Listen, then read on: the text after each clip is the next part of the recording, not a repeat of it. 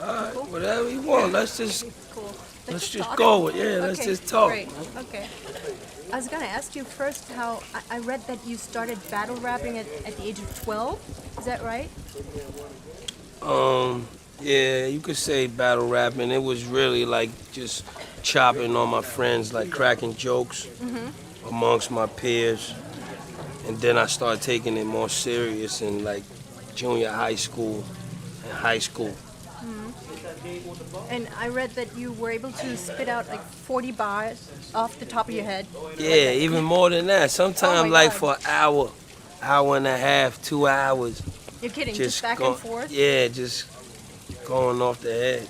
Wow. And how'd you get into that? What made you I feel mean, that I you had a guess that talent? just came from, my parents, I guess, like the music that I grew up listening to, and, it really came from fun joking around. Like, and then once I seen I had the ability to do it, that's when I took it serious. Who were your idols back then? I started off listening to Run DMC, Curtis Blow, the Fat Boys, KRS-One, Rakim, on up to Biggie Smalls, Nas, Jay-Z, DMX. Did your parents support you? At first they did. No? At first they thought it was like, because when I really got serious is when I had graduated high school. And then, once that transition comes, when you get out of high school, your parents want you to go to college. So you're really just hanging around the crib, and they thought it wasn't, they didn't think it was as serious as it was. And I'm like, just give me 1 year to do this record thing. And they're like, no. So I had to go to community college. We all went there, my whole group went to Westchester Community College. We went there for like 2 semesters. I think I stayed the longest, maybe. They all probably went for 1 semester. Or I did 2, or I did 3 and they did 2. And then we had got to deal with Bad Boy. So that's when everybody started believing in me after Yeah. I got the deal. So What did you major in college? business management. Oh, okay. Yeah. You all did, or? Yeah, we all took business management and radio production. So, something to do. Something to fall back on. You always, Right. they always Which say you need don't need something to. fall back. Yeah, I mean, never know. It could be gone today, tomorrow it could be gone. So Wow. Well, you so gotta far- just be humble. Yeah, that's true though. Yeah. That's good. But so far, your career reads like a fairy tale. When you had your first band, LOX. Yeah, the locks. The Locks, and Mary J. Blige gave a tape to Puff Daddy. Puffy, yeah. And from there, how did that all Everything. happen?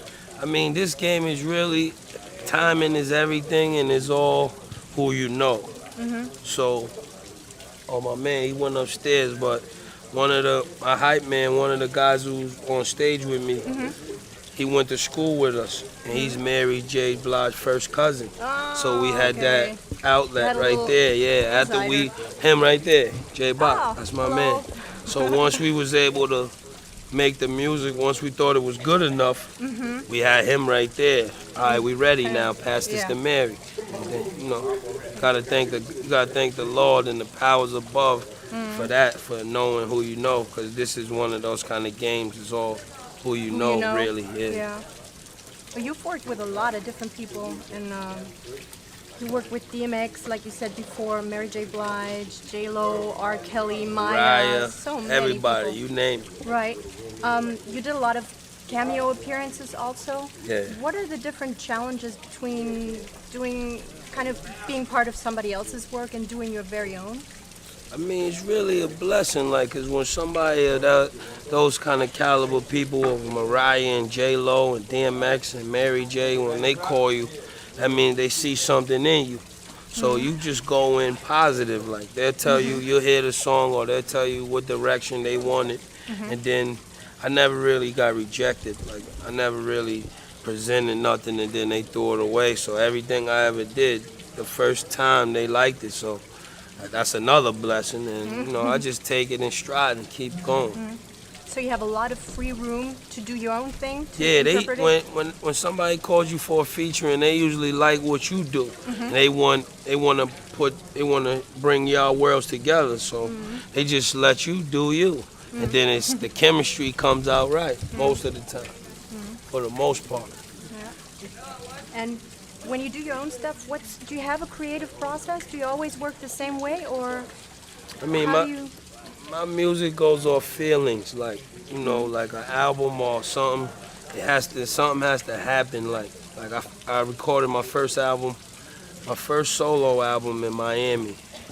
We rented one of Al Capone's mansion, a mansion that Al Capone owned. So we lived it up and did it real big with the chefs, the maids, and the luxurious cars and guest house and all of that. So that was an experience within that. Then my second solo album, Kiss of Death, I just did it right in my hometown, right in our studio, nothing too fancy, just going in, knocking it out. So it all goes off how you feel. Like our album's really a bunch of feelings, Yeah.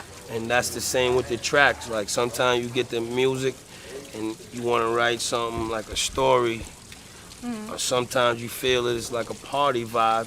So you gotta go off how you feeling. Like, you know what I'm saying? Would you say your first album was more like that, and your second album was more? Yeah, my first introspective album and- was more party. I was partying in Miami and going to the clubs and going to the studio, and you know what I'm saying? My second album was really like more dark and deeper, like, you know what I'm saying? Right. More about myself Yeah, and my more family, personal. yeah, more personal. And how was that transition between Locks and your solo career? Was that and your transition from Bad Boy Records back to Rough Riders? Did you have problems with the change of image?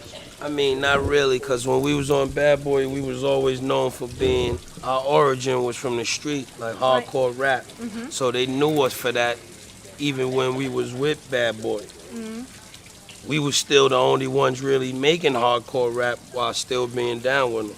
So once we went back home to Rough Riders, it was it was no problem. That was our regular thing. You know what I'm saying? Now we got our own label, which is D Block.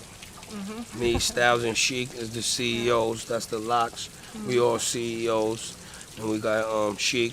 He's dropping his second solo album August 9th. This August, called After Taxes. And we just working from the ground up. Yeah. You know what I'm saying? That's our whole thing. Like, we work from the bottom up. We happy with what we got. We want more, but we know that you gotta expect the worst. I mean, hope for the best, but expect the worst. Because this is a type of business where anything can happen. Yeah.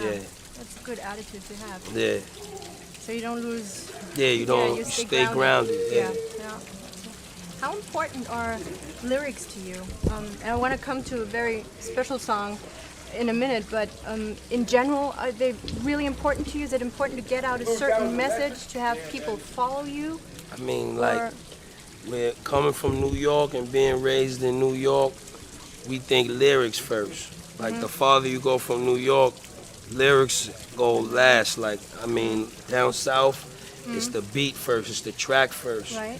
And so on and so on. But New York is really what you're saying, and then they think about the beat. You know what I'm saying? So I came up off, I get the beat later, I gotta make sure these words is, you know what I'm saying, Yeah. my words are appealing. So that's just like a New York thing, I think. But Yeah. now it's spreading, like, to what the whole world is getting more lyric conscious, and now even New York is getting more beat conscious. Like, it's becoming that the beat's more important than your words now. So it's just like a challenge, though. It's all a challenge, because you still find people that love your lyrics, Sure. and you find people that love the beat. So it's just a challenge.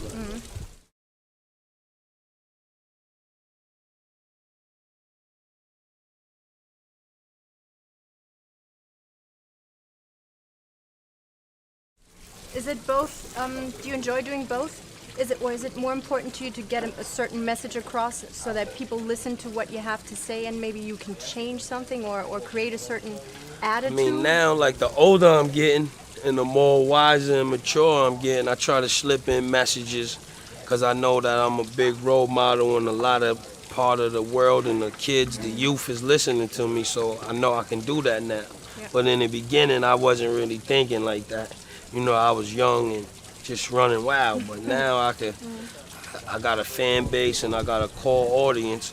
I know it's important for me. I'm not just the clean goody two shoes, but whenever I could, it's important to slip something in for them people, for the youth, and even for the older people, to let them know I got a good head on my shoulders and let them know that I know what's going on out here in the world. So, you know, I was going definitely. to ask you if you consider yourself a role model, and you just said you do.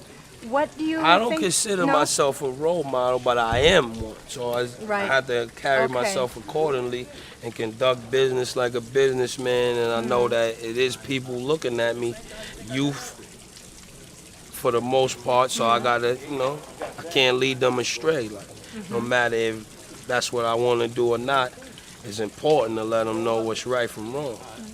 What do you feel is your responsibility towards your fans? My responsibility towards my fans is to give them what I want. Like if you're a Jadakiss fan, you like Jadakiss for whatever reason you like him. And my job is to just keep you loving me. You know, I don't know how to do it, but I gotta do it. You're just you. Yeah, I'm just me.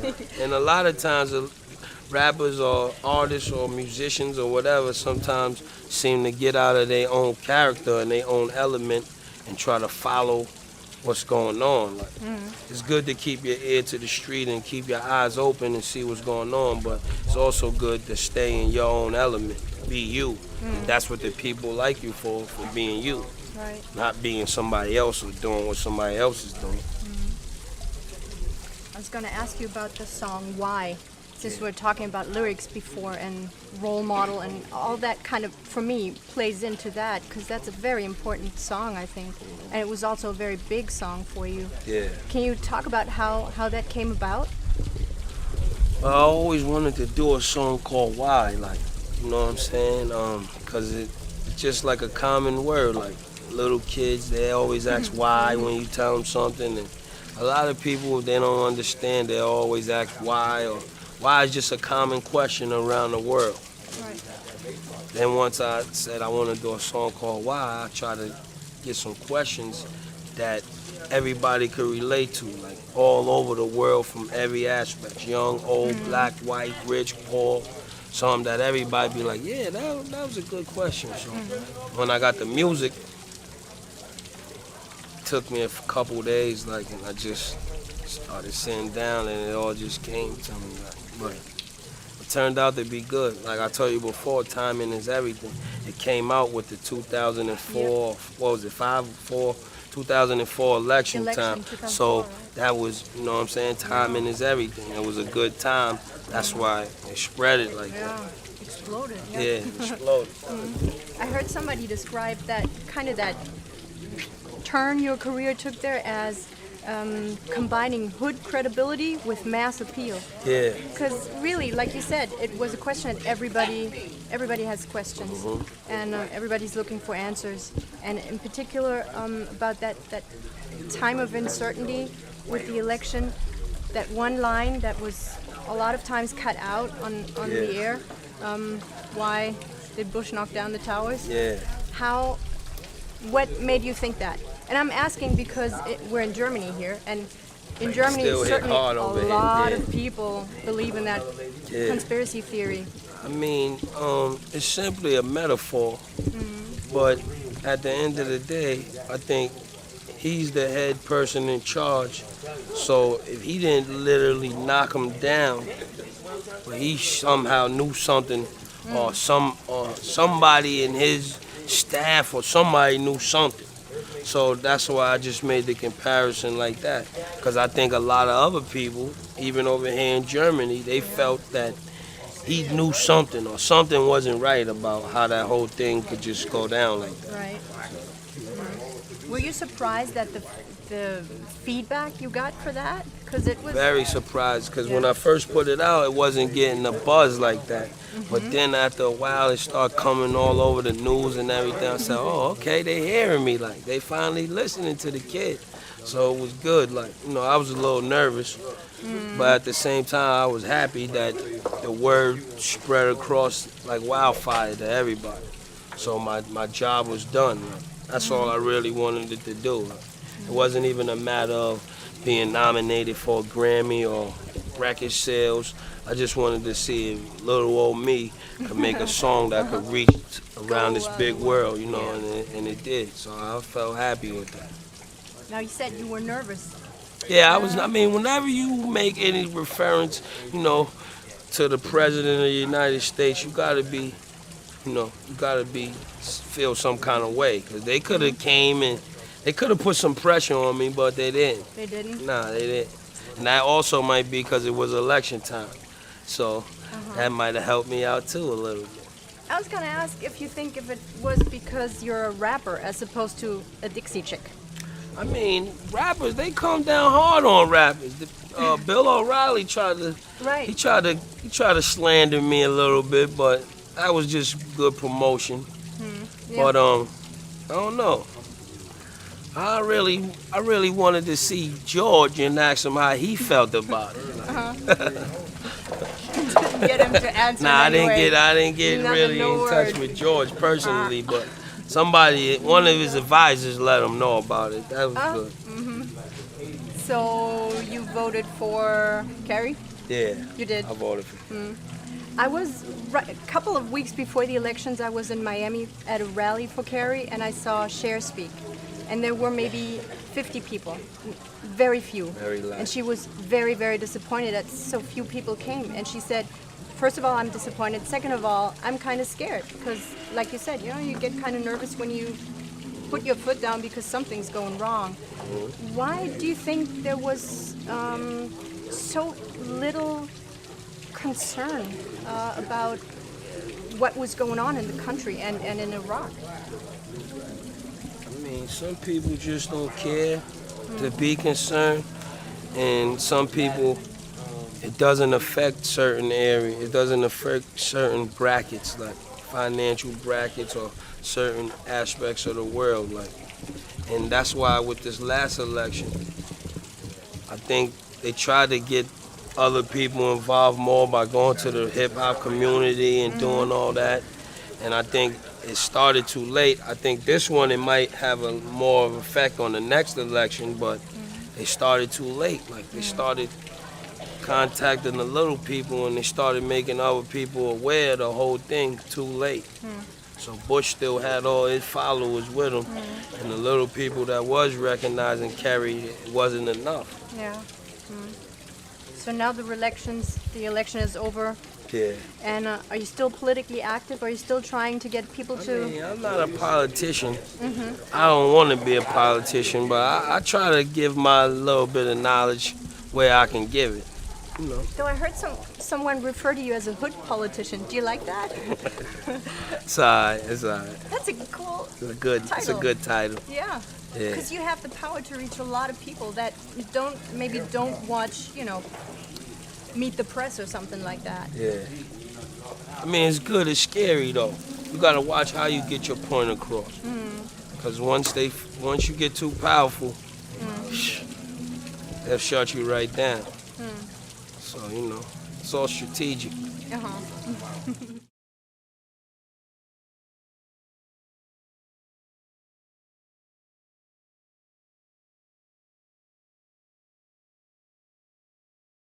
And as a total change of subject, I wanted to ask you about that thing with 50 Cent. Because it seems like he's dissing everybody. We talked to Ja Rule a couple of months ago, and everywhere you go, his name pops up in a negative way. Yeah. So what's going on? I mean, I think the whole thing just stemmed from him being mad that I did the New York song with Ja. New York. And he's a very powerful individual. Record sales wise, up at Interscope, he has a lot of power. And sometimes he tends to be able to do whatever he wants to do. Like, the upper hand gets scared of him. So he need to get, you need that discipline sometimes. You can have all the money in the world and all the power, but you're still not comfortable within yourself. And that's where some of his anger comes from. That's what I think. Like, who am I to say that? But if you sold 10 million records and you made $50 million, you shouldn't even have that much worries. You shouldn't even be, your family's straight and you got good health. What should you care? But, That was just that. But lyrically, he's not as strong as me.